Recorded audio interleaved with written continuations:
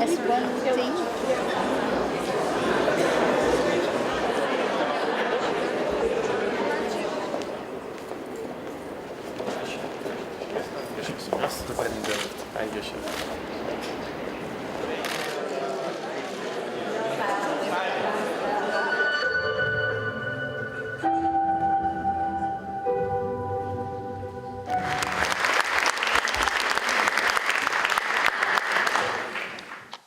Почитувани пред се, добро вечер на сите.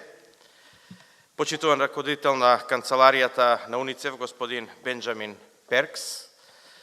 Почитуван раководител на секторот за соработка во делегацијата на Европска Унија, господин Никола Бертолини. Почитувана амбасадорка на Република Швајцарија во Република Македонија, господа Техута. Почитувани дами и господа, почитувани присутни, почитувани стопанственици. Ми представува особена чест и задоволство во мое лично име и во името на владата на Република Северна Македонија да го поздравам овој собир, да присуствувам денеска на овој настан и воедно да доделам дел од наградите кои што ќе бидат денеска доделени. Во 2015 година на Генералното собрание на Обединетите нации лидерите на земјите донесоа одлука да ја прифатат агендата 2030, тоа е агенда за одржлив развој, односно за имплементација на целите за одржлив развој. Кога зборуваме за одржлив развој, звучи поприлично нејасно што тоа сака да каже. Практично тоа е градење на едно похумано општество, општество кое што е добро за сите, општество кое ќе има хумани вредности, општество во кое што во центарот ќе биде човекот, а све ќе се врти околу него. Тоа ќе биде општество кое што ќе може да биде посакувано за жителите кои што во него ќе живеат. Практично процесот на остварување на целите за одржлив развој е обемен. Тој е преточен во 17 мерки. Се разбира, не можат сите мерки да бидат опфатени одеднаш, затоа нашата држава на својот состанок кој што беше одржан во 2018 година, значи на Советот за Националниот совет за одржлив развој, односно за мерките за одржлив развој, донесовме стратегија да бидеме посветени пред се на 5 мерки од сите мерки на број 17 кои што се предмет на оваа стратегија. Тоа беа следните приоритетни цели. Цел 1. Да се стави крај на сиромаштијата во сите форми и насекаде. Цел 4.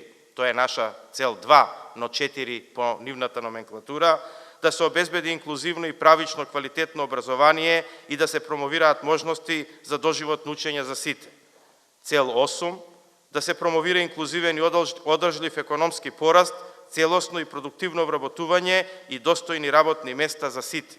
Цел 13. Да се превземат итни действија за борба против климатските промени и нивните влијанија. И цел 16. Да се промовираат мирни и инклузивни општества за одржлив развој, да се обезбеди пристап до правата за сите и да се изградат ефективни, отчетни и инклузивни институции за сите чинители во општеството. Звучи поприлично општо и поприлично широко, меѓутоа тоа не е така ако се земе во предвид, значи што точно се сака со тоа да се постигне.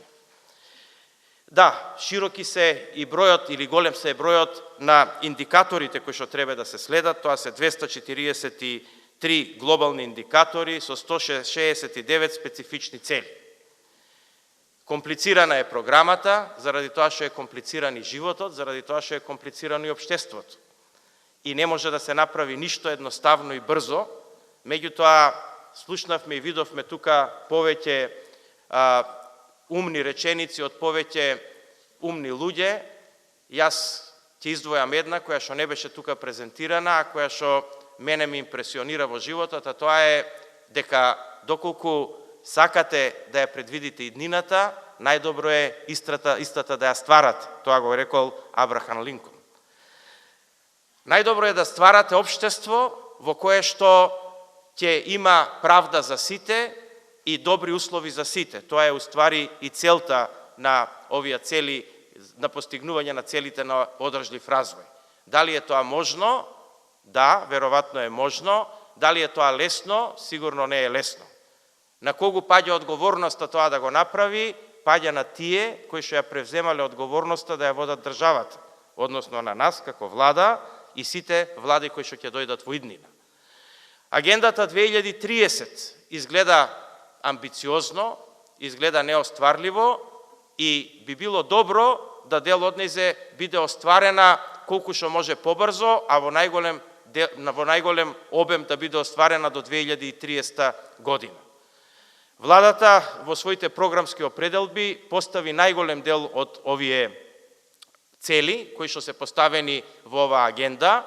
Можам да споменам само неколку од нив, да речеме во целта број 7, која што не е таргет, а не е таргет заради тоа што е во голем дел и остварена, тоа е во делот на енергетиката и во делот на енергетската ефикасност, зашто се веќе донесени законите и зашто се веќе на некој начин исполнети целите.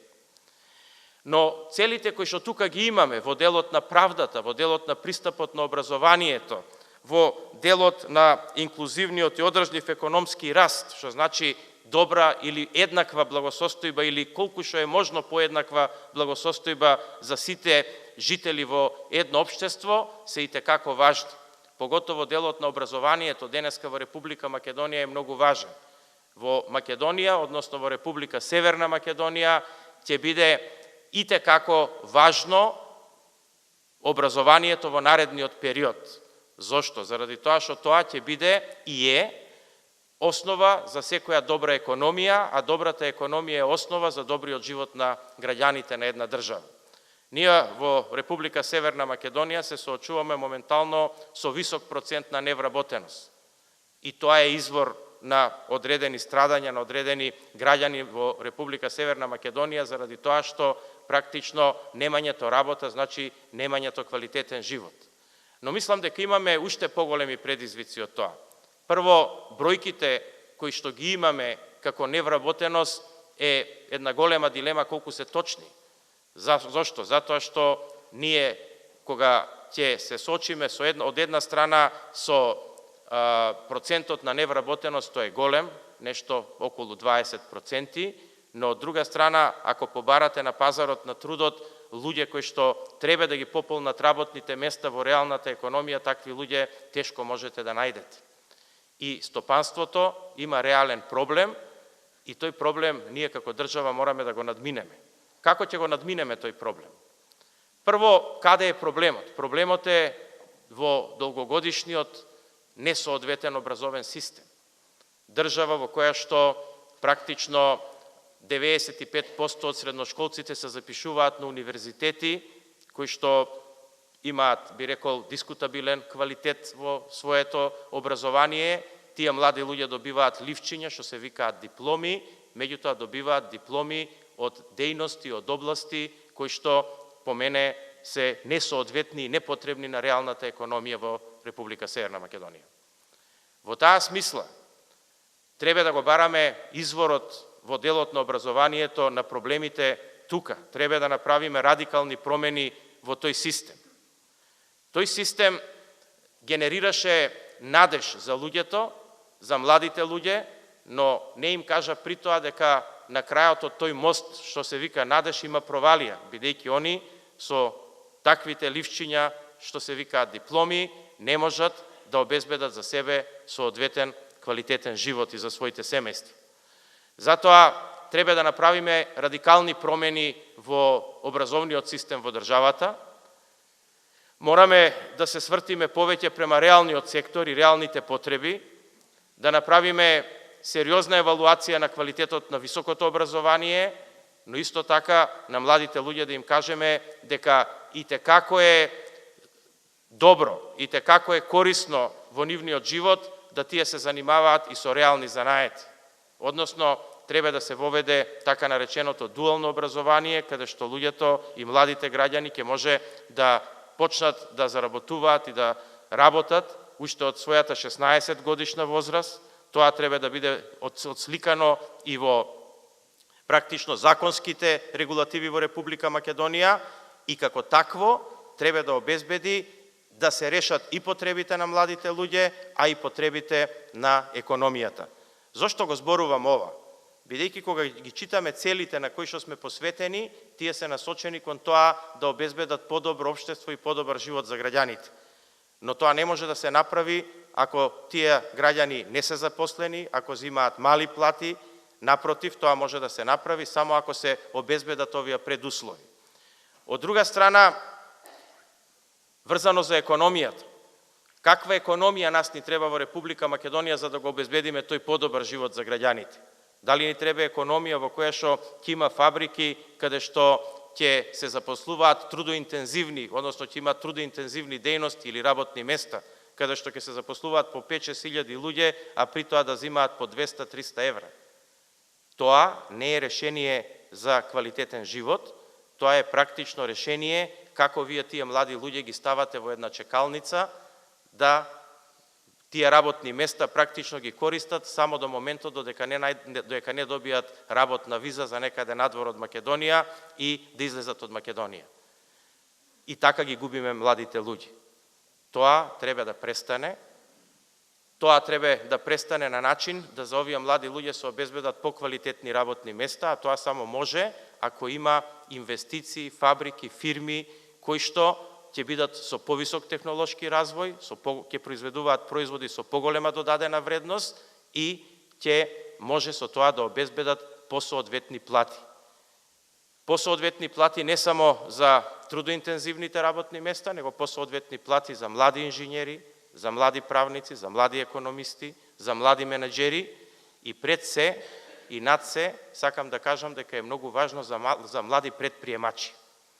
И сега гледате како мојава дискусија е широка, од образование, преку економија, преку социјална политика, преку мерките на Министерството за труд и социјална политика, каде што се углавно најголем дел од парите обезбедени оваа година 6 милиона евра да стимулираат само вработување на младите луѓе. Зошто е така широка и зошто така изгледа широка како програма? Заради тоа што не можете да ги постигнете целите за одржлив развој ако се насочите само кон едно нешто, само кон образованието или само кон социјалната политика. Него треба да ги опфатите малце пошироко и затоа јас и така широко дискутирам како што се и овие мерки кои што се тука опфатени. Се разбира, централно место во сето ова имаат и компаниите, поготово во младите места каде што тие компании представуваат значителни вработувачи или работодавачи на населението. Тие мораат да бидат општествено одговорни, тие мораат да бидат такви кои што заедно со заедницата ќе градат подобро општество во тие мали средини. Кога викам мали средини, се подразбира дека Скопје не е мала целина, меѓутоа глобално гледано и Скопје не е преголема целина, не е преголем град, а посебно другите помали населени места и градови во Република Северна Македонија.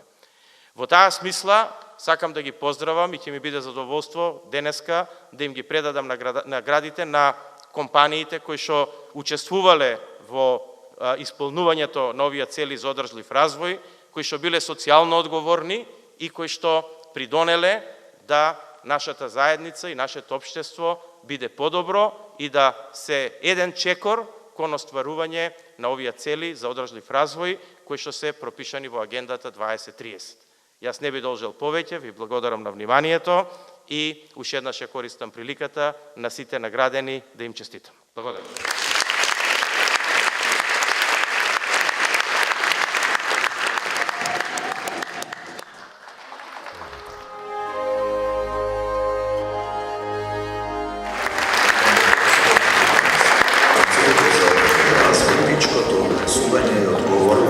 И тоа е начинот на кој што работат и соработуваат. Но ги насочува младите во регионот и инвестира во нови технологии за чиста животна средина. Активности ги учат младите како да се грижат за своето здравје и безбедност и вложуваат во заштита на водата и спровањата во за нив приоритетните цели во кои се вложуваат и јавно известуваат.